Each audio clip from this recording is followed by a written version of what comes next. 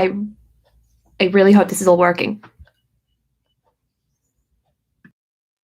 I have no idea how to do live streams. This is my first time doing it. Okay. Hi. I'm just seeing if this is all shared properly.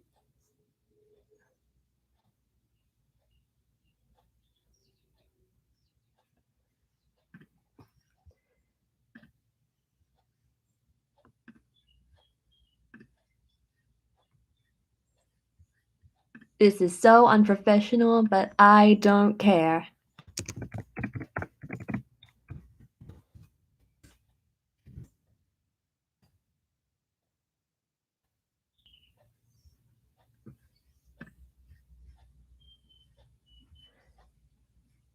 I really should have done this beforehand. I'm sorry, there's gonna be like a lot of silence right now.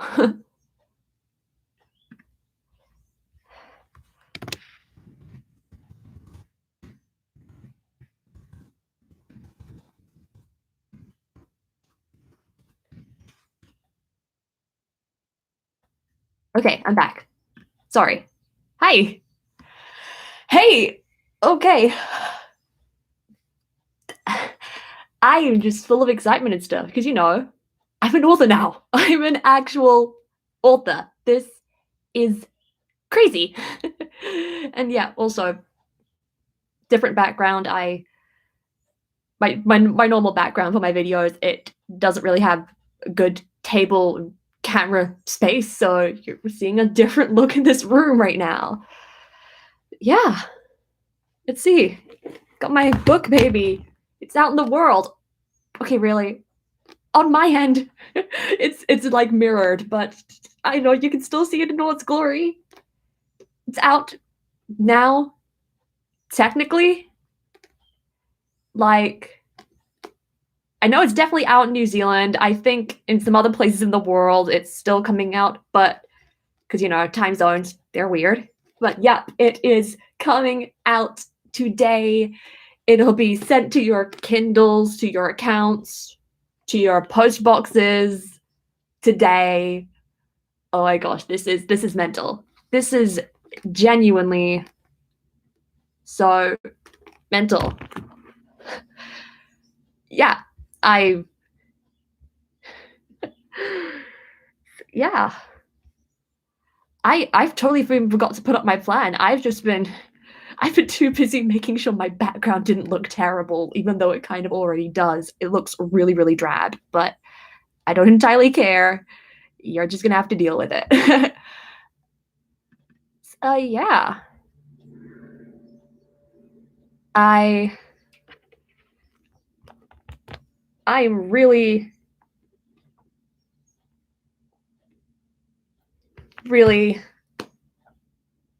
I'm just excited and speechless this is happening. Like, I probably mentioned this in like next to all of my videos, but I've been working on ASTER'S Coda exposure since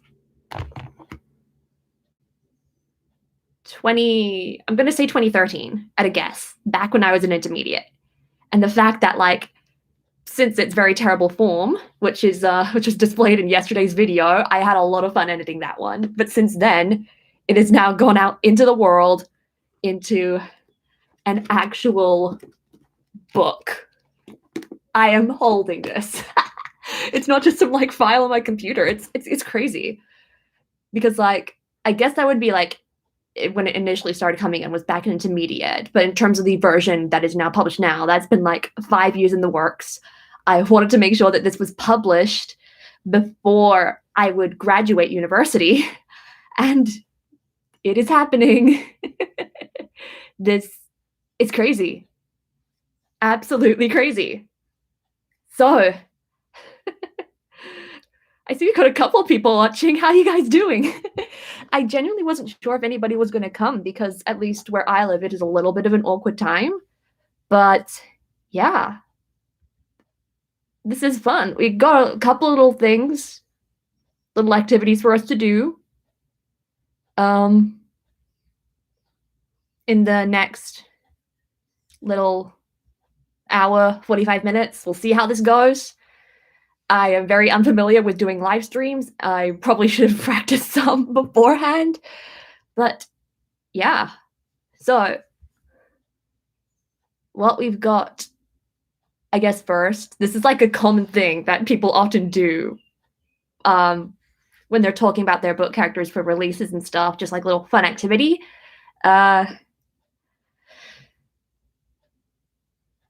This is, its normal name is Kiss, Marry, Kill, or something along those lines, but I found a better alternative, personally.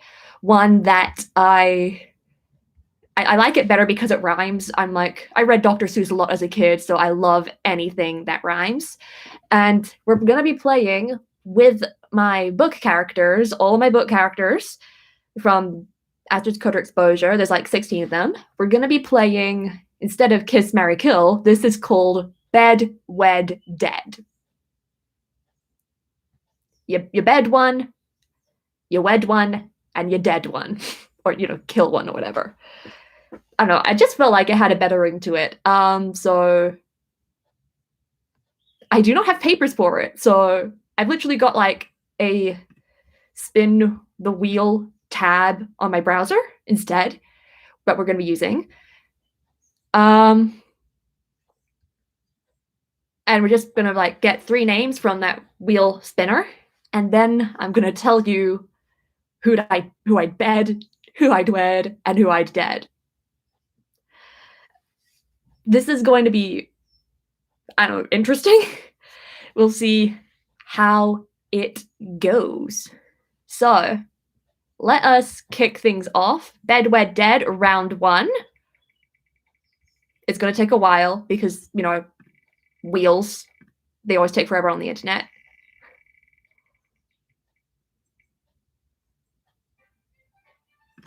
And there's loud noises. Thanks so much, Jamie. I really appreciate that you say that. So, our first one for Bed, Wed, Dead is Kyrie Werman, the badass of the Sub Rosa herself. And then our second person is Lordic. Lordic, the Conan in the Aster Conan Curse. Oh boy, I think I already have plans for what I want to do with him.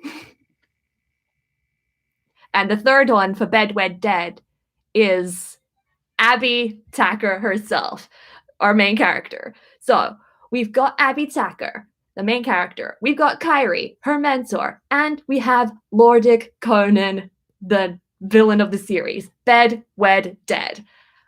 Cool. So straight off the gate, I'm gonna say Lordic is dead. I mean, come on, the stuff he's done. The stuff he's done, I wouldn't dare touch him in any sort of romantic or sexual way. That sounds really weird. Yeah, no, Lordic, push him away. Okay, now Abby and Kyrie, one we need to bed and one we need to wed.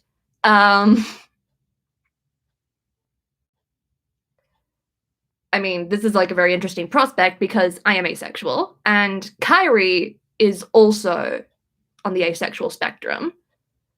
So I guess I kind of feel like, just to make her feel a little bit happier, because even though I love her, I think I'd probably end up betting Abby. I mean, I love her and all, but I love Kyrie more. I'd rather spend a lot of time with Kyrie than I would my main character, Abby. I know her brain inside out. Trust me, I know how things work inside her little brain. Okay. Next round of Bed, Wed, Dead. Waiting for a little wheel to spin. I really wish there was a way to do it a bit quicker. Scabbard. Oh, I love Scabbard. That's cool. So that's our first one for Bed, Wed, Dead. Our second person is Hillary. Nice. And then our third character is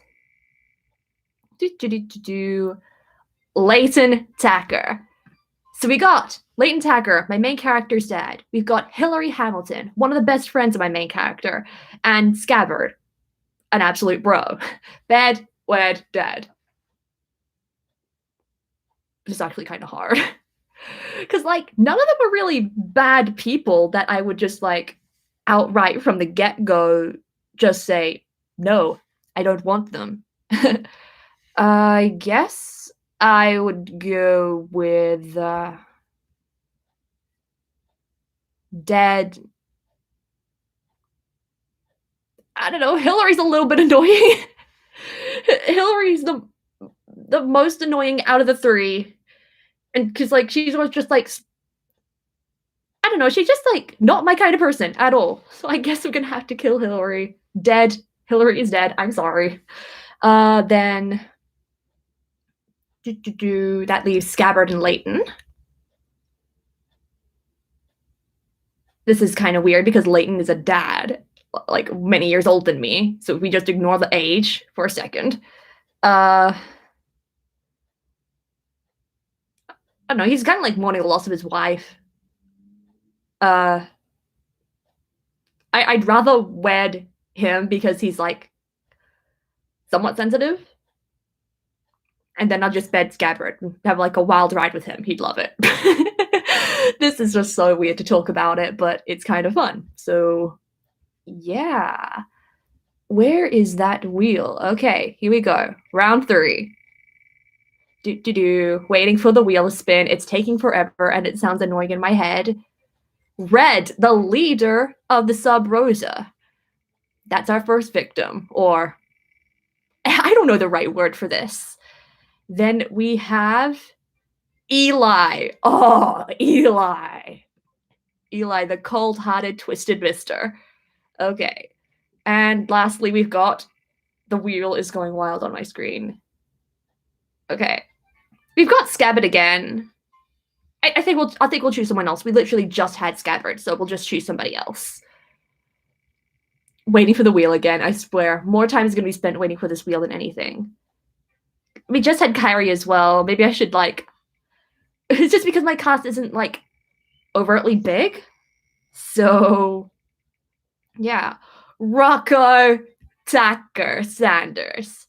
Okay. So, that was Red, the leader of the Sub Rosa, Eli, the cold-hearted son of a gun, and Rocco Tacker Sanders, the loving half-brother of my main character. So, yeah, I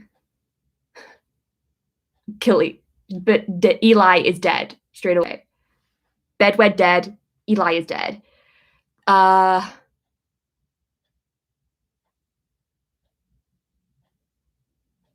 I'd probably bed Red. Oh wow, she even rhymes with it. That's weird. Yeah, I would bed Red because she's like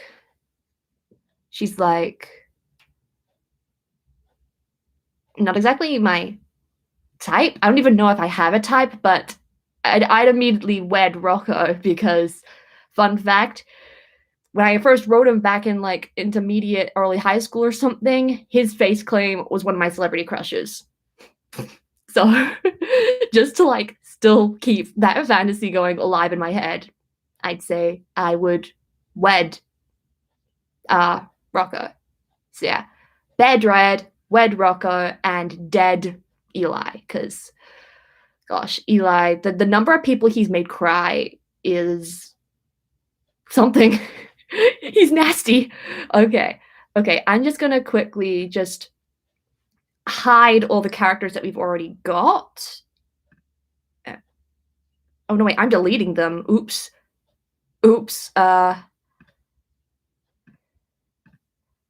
I did not want to delete them. Okay. So I think we've got a couple more rounds left at this. And then we will finish the bed, wed, dead there. So, next round, we've got Vaughn, the school counselor. Just an all-round bro. I love writing bros for some reason. I don't know why. Then we've got Jamie Tacker, the late mum of my main character, Abby Tacker. And lastly, we've got Jada! Jada Wardo. Oh, I love Jada. So yeah, we got Jada, Vaughn, and Jamie. Bed, wed, dead. I'd instantly want to, out of those three, I want to wed Jada. You probably just saw me light up talking about Jada. Jada is amazing, incredible. I don't think I liked her as much when I first wrote her, but by the time I ended up like finishing off the series and editing her, I think I loved her a lot. And it's like a couple of my beta readers really found her to be a favorite as well. Yeah. So yeah, I would wed Jada. Oh no.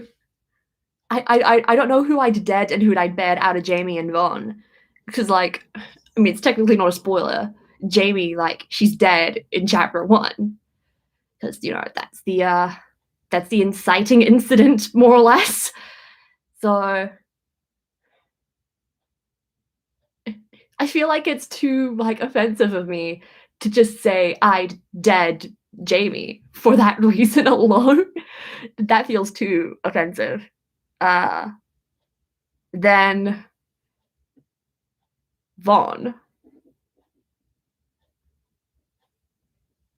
I don't feel anything particular towards him. I like his like powers, aesthetic, and like the things he studies, but I'm a little bit less fond of his character. There's nothing that particularly stands out to me. So I'd guess I feel so guilty because these are all such good characters. I'd guess I'd dead Vaughn and bed Jamie, the alive Jamie, not the dead one. I'm not into that. So yeah, bed Vaughn, wed Jada, and dead Jamie. Tacker. Okay, I think we've got one more round, more or less, left. Let's see. Fun.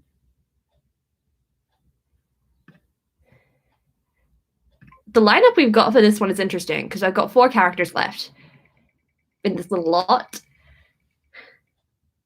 And we'll see how it goes. So bedwed dead. First off, we've got Jeff. Jeff, I really like his character. He's one of my favorites. Then we've got Nate. Ooh. Oh gosh, Nate was so much fun to write, but I instantly know what to do.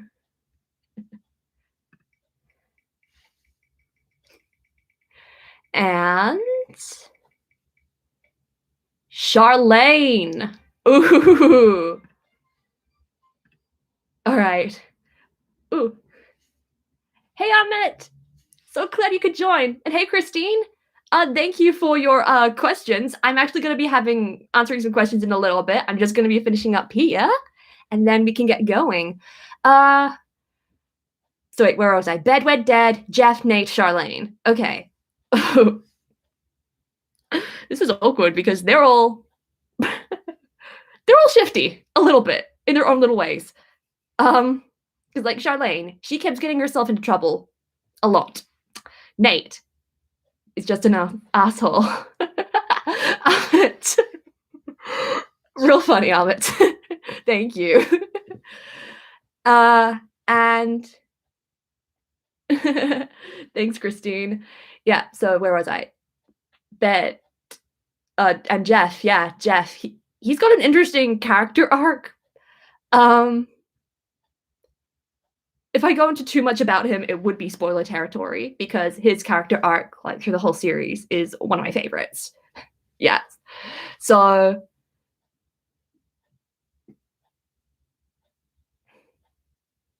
I guess out of those, I would dead Nate. He's an agent of chaos. In a bad way. We don't need bad chaos in this world. And then I guess I would. gosh, do I want somebody who causes trouble or gets into trouble to wed? I guess I'd go with dead is Nate. Bed. I guess I'll go with Jeff. I'd be okay just having like one night stand with him, I guess. It's not my thing, but yeah. And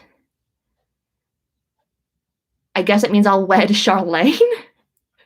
She could use some support, sure. I will go with that. Yeah, so that means Fauna, she didn't get into this round of Bed Wed Dead from the beginning, but that's all good. That is fine. I'd rather not torture her. She's a sweetheart. So yeah. We're gonna be... This is exciting. Yeah, I'm just holding my book. It's like a teddy bear to me almost. Maybe not like right now, but it's teddy bear. Oh yeah, I feel you, Christine. I'm trying to like not give any context or spoilers at all to any of these. It's like so hard to do, like, because like I don't know, because like some spoilers are okay. I'm okay with certain spoilers, and like it is scientifically proven that spoilers can make you enjoy things more. But I know not everyone's into that, and it's just a matter of working out what spoilers would be okay to say and which ones would not be. I mean, I definitely know which ones would not be, but like the ones I'm kind of like semi okay with, I don't know if that's a good thing to do or not. So yeah. It's out in the world now. It's getting distributed out in the next 24 hours around the globe. Got some people in New Zealand and Australia area, I think, who already got theirs. I have no idea if the rest of the world have gotten theirs because time zones are weird. But yeah, if you haven't gotten yourself a copy already, they're out now. You don't have to wait anymore. Links are, I'm pretty sure they're in the description. If they're not, I am sorry. Yeah, you can also just check out all the links on my website, amy-rosenfeld.com.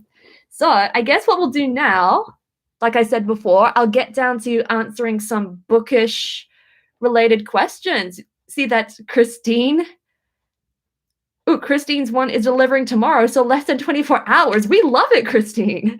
Yeah, and she's also popped some questions in the chat, so if anyone else watching wants to pop some questions in as well, then they can feel free to. If you guys can't think of any questions already, I'll just like pop up like a little generic questions or a tag thing. I'm sure there's like some kind of new release book tag I'd be able to answer. So Christine asks, what was the most difficult part about writing your book? Cutting scenes, writing certain scenes, something else? I haven't really thought about it actually, because I know which ones were easier, like which parts were easier to write for me. Because like I managed to work out certain techniques to help. Like I know a lot of people have trouble with fight scenes, but because I have some dance backgrounds and I use a little bit of music to help me out, then I find that a lot easier. It's just like choreographing a dance to me. But the most difficult part, I think,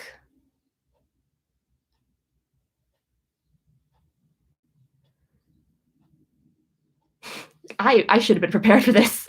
I think it would be writing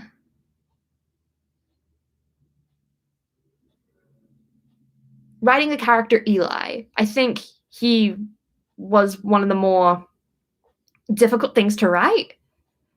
Because like I really had to try and balance out like his kind of like sinister, I know what you think kind of nature without making it seem kind of corny, if that's the right word. Like not something out of like a kid's TV show, because I really had to find a way for him to be able to really target insecurities of characters, because that's in his nature. I didn't have to cut a lot of scenes.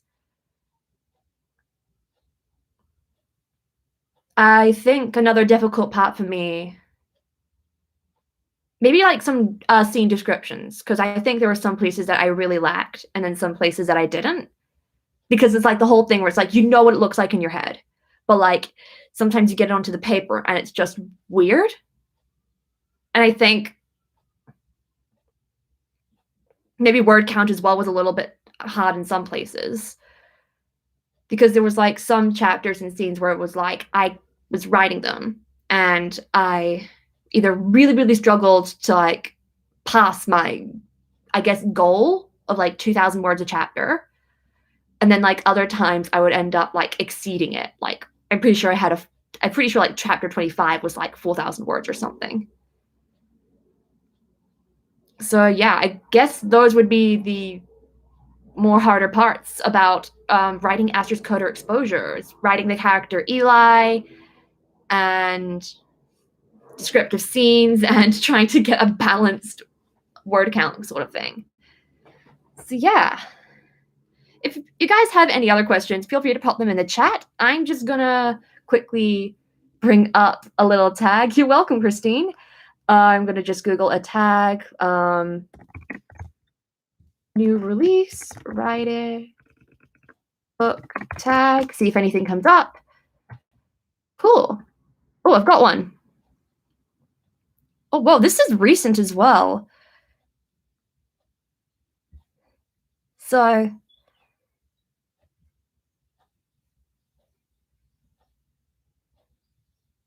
this was, oh yeah, this looks cool. Oh, is this a bookish tag?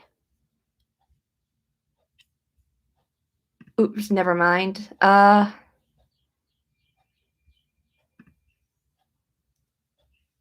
trying, there's like a lot of book tags. I'm trying to find one for authors, but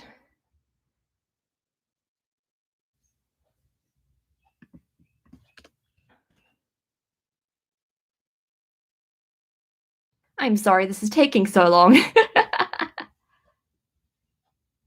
Ooh, Amit was asking, my friend, where do I get the physical one in New Zealand? So sadly, it's not available in like bookshops or anything. Over on my website, there's a few places you can get it.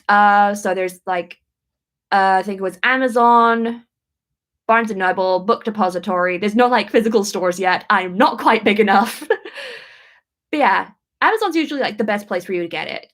Like, because like the times that I have bought books brand new from Amazon, they've come pretty quick.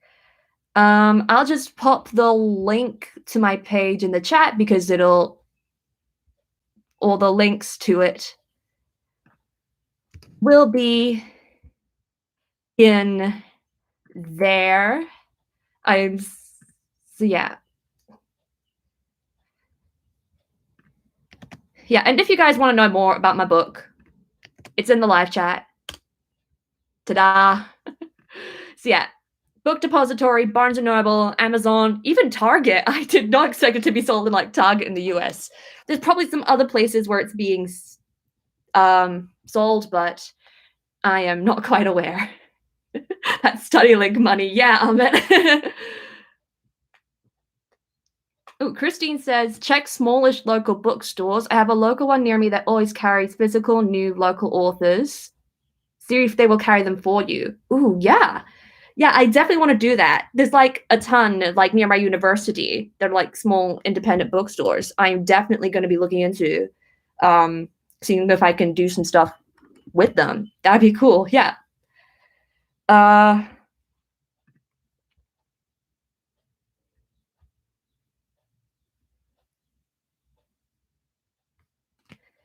I don't know why it's so hard. Let's try debut novel tag. See if that helps.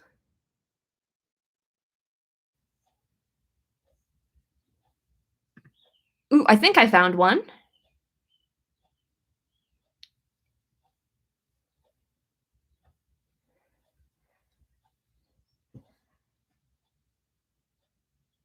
Okay, yeah, this looks good.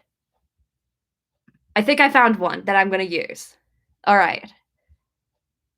Yeah, this cool tag post. So this is by, I think, I'm probably going to pronounce this wrong, Neem Murphy, there might be a different pronunciation for it. I'm going to just pop the post that has it in the tag to credit her. So that's a little debut novel tag that she came up with. I'm going to be answering the questions from that. And yeah. So what is the, so we're just going to go through.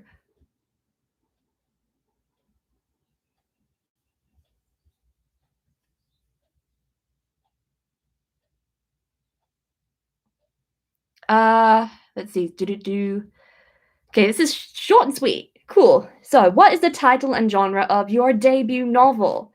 ASTER'S, Coda, Exposure. It is a young adult fantasy high action, and I love this one so much. It follows Abby Tucker as, after the death of her mother, she discovers that she has an otherworldly blood feud, and that she's involved in by a curse, and she has to step up and take on the role that her warriors in her ancestry have to stop the blood curse. And yeah, fun stuff.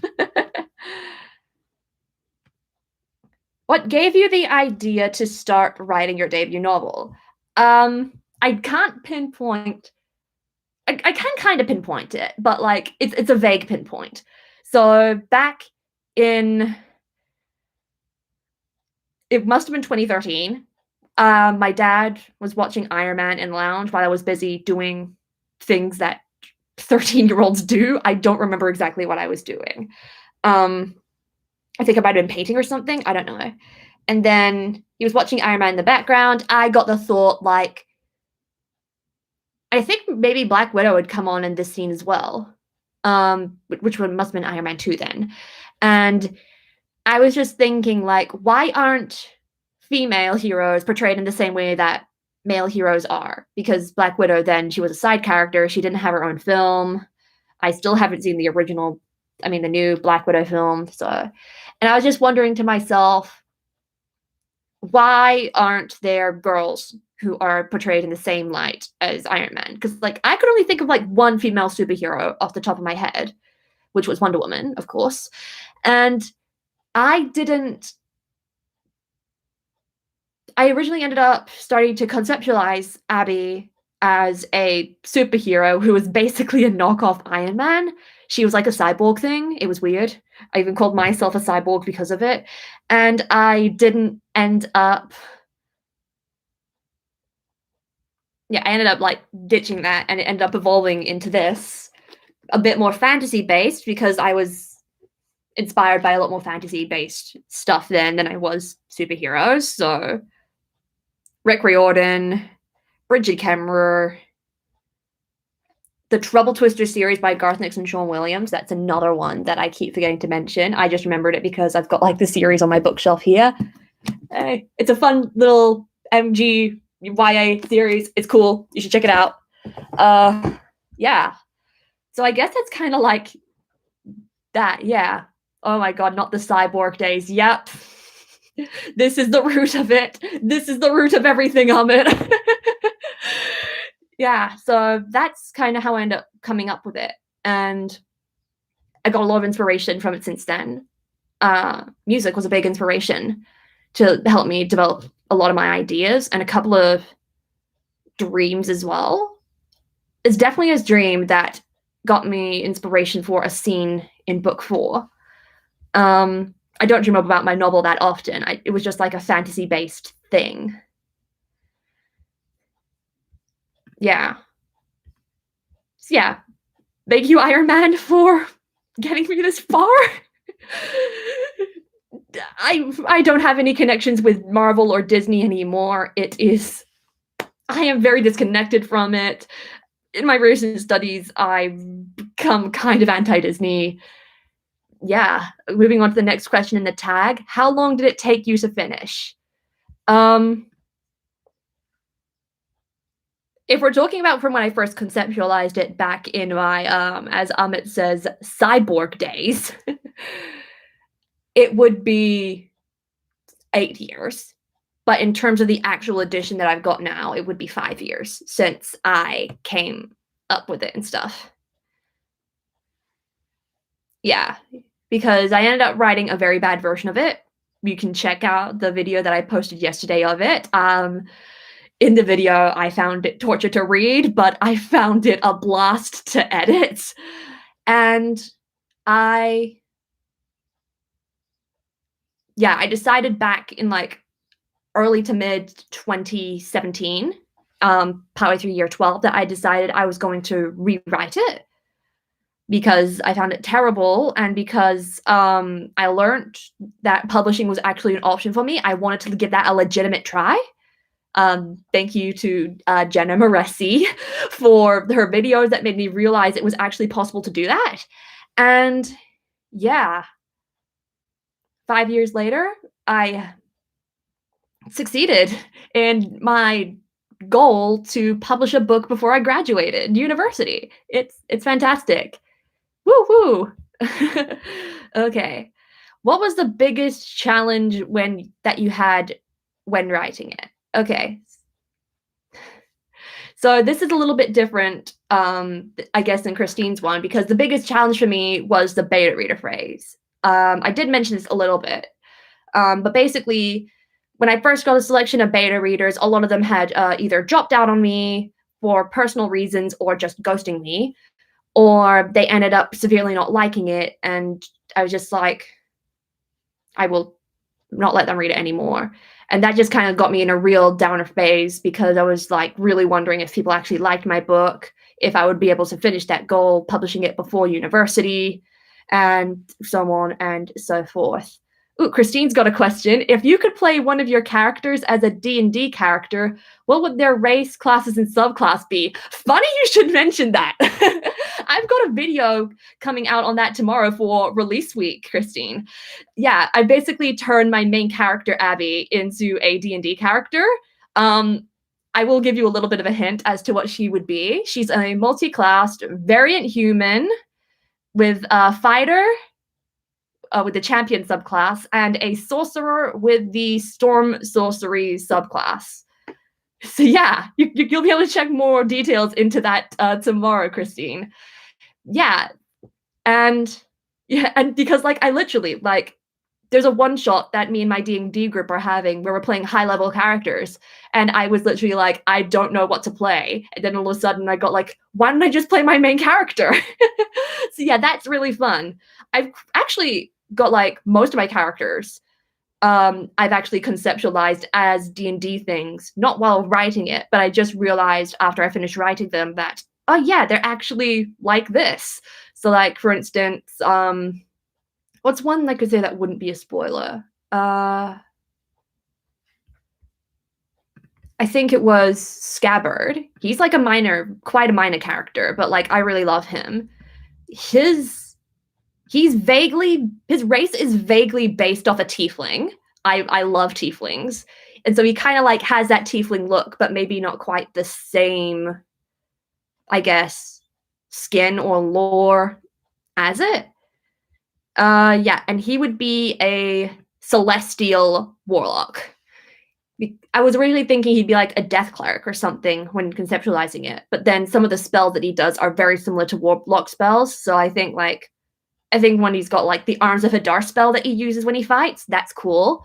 Kyrie. Ooh, I gotta remember what Kyrie is. I literally, yeah, Kyrie, badass of the Sub Rosa. I love her. I put her, she would be, her equivalent for like her class would be like an Eldritch Knight Fighter. So like, I don't know, I like that. That was really cool. And then her little sister Jada, she does end up getting to do some fighting herself. I made her be a blade singer wizard. That is really cool. But yeah, if you want to learn more about making my main character Abby in Dungeons and Dragons, then there's a video for that tomorrow. So that's really cool. I'm going to quickly go back to the tag. Feel free to put any more questions you have in the comments, guys. How did you get it published? Indie or traditional? It's independent published. I wanted to do that because independent publishing, I would have a bit more control about the things in my book. And because I study digital media in university, I really wanted to like put some of that stuff to use myself. So like I guess in some of the promotional side of things and making up my own material, a lot of the skills that I learned from digital media have like come into play there. So yeah, it was mainly just like to get more control. I did get a little bit of help from a consultant, Martin. If you're watching this, Martin, hi. And yeah, he was helping me out a little bit as well with some of the stuff I wasn't quite as familiar with. And he's been a fantastic help throughout the entire thing. So I guess I'm kind of like indie, somewhat hybrid because Martin's helping me out, but I'm definitely planning to go full indie in the future. Okay, what is the most important thing that you learned from the publishing process? Interesting question. I guess the most important thing that I would have learned from the whole process.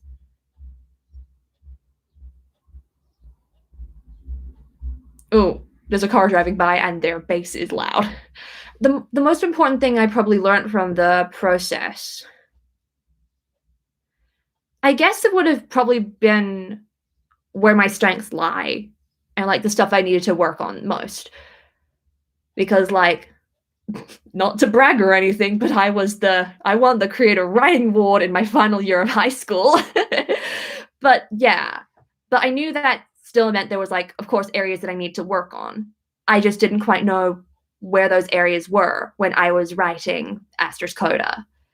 And yeah, I don't know, it was kind of good to learn that. I think one of my biggest strengths was like character and like not the oh, I'm flexing so hard. Yeah, so that would be probably the biggest strength, and like learning like where my weaknesses were. I was surprised that I was pretty strong with grammar.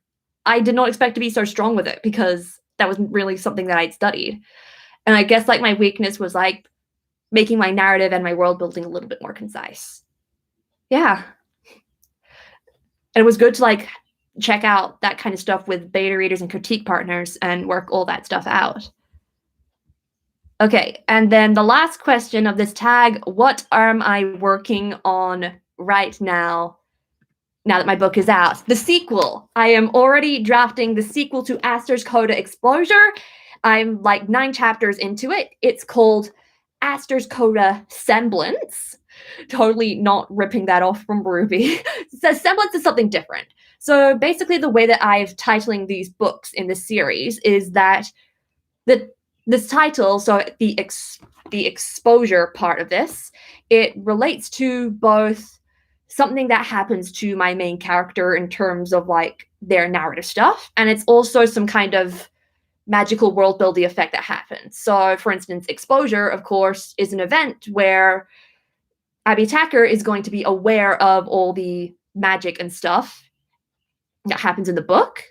And it's also her, of course, getting literally exposed to this new situation. So the similar thing is Semblance, because it's going to be focusing a lot on how Abby sees herself now that she's taking on this part of the ASTER'S Coda curse. So it's going to be very self-reflective. Identity is going to be a big theme in that one. And yeah, I'm already having a blast working on it. I'm like midway through writing a fight scene, or like starting to just write a fight scene in that. And I love a good fight scene. There's going to be so many good fight scenes, so many good characters. Like I can't wait. Like there's like 3 new like key characters that I can't wait for you to meet. 4. There's 4. Yeah, I can't wait for you guys to already meet Frey and Tyrell, Dina, and Dieth. Those guys are so, I love writing them all so far. It's going to be fantastic. Cool. All right, we're going to leave that there. We're getting closer to the end of the hour of the release day extravaganza. So thank you, Christine, for your questions. Thanks, Amit, for your questions. And thanks to Neem or Neve or something for the tag that I found on her website. I've tagged it in the live chat. So now what we're going to be doing, we've got another little game coming up. This is 2 truths, 1 lie. We're going to be having 5 rounds of this. If you're in the comments, feel free to tag along.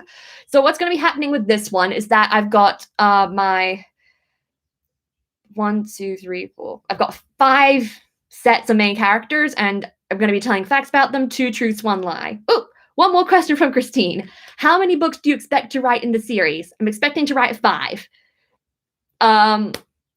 Working title. So of course we got Exposure. Then book 2, Semblance. Book 3 is Corruption. Book 4 is Delegation. And book 5, that one I'm like the most shifty with what the title is going to be called. But right now I think it's going to be called Nemesis. I hope none of those are spoilers. So yeah. And they're I can't wait. They're all going to look so cool. It's going to be great. So yeah, 2 truths, 1 lie. We're going to be going through each character. There's going to be 2 things that are true and then 1 thing that is false. Feel free to guess in the comments below. We're going to be starting off with Abby Saka. So there's 3 facts. Try and work out which one is the lie. So here we go. Fact number 1. Abby's favorite historical period to study is Tudor history. That's fact number 1. Fact number 2.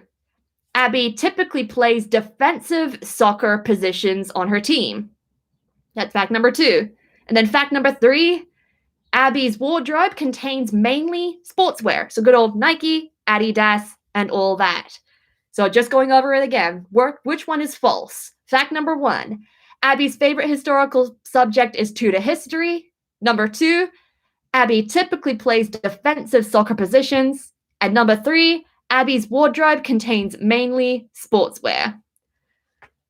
I don't have like any like little timers to like give you guys hints about it. I could like Google like the Jeopardy theme, the dun dun dun dun dun dun dun dun dun dun dun dun dun dun dun dun dun dun dun. Don't copyright me, please. All right. So everyone's saying number 2. So I regret to inform you guys, number 2 is true. The false one was that Abby's favorite historical period is Tudor history. Yeah, her favorite historical period is actually the First World War. And yeah, First and Second World War. Those are her favorite periods to study because a lot of that's close to New Zealand history as well. Good old Anzac Day. I mean, not good old, but you know what I mean. So cool. Nice try, guys. We're going to move on to our next character. I'm thinking Christine's got an interesting point. I'm thinking she's going to be offensive, not defensive here. That is an interesting point to make. But yeah, she does start off quite defensive, I guess. So yeah. We're going to move on to our second character. We're going to move on to Jeff. So you've got to find out which one is false with these 3 facts about Jeff. Fact number 1. Jeff's favorite genre of music is reggae. Fact number 1. That's it. Fact number 2. Jeff has a little sister called Erin. And then fact number 3. Jeff is closer to his dad than his mom. So those are your 3 facts. I'm going to go over them again now. Fact number 1. Jeff's favorite genre of music is reggae. Fact number 2. Jeff has a little sister called Erin. And fact number 3, Jeff is closer to his dad than his mom. So what do you guys think? I'll do like a little, I don't know, do. Sorry that I'm moving the screen. Do. Guess which one is wrong? Do.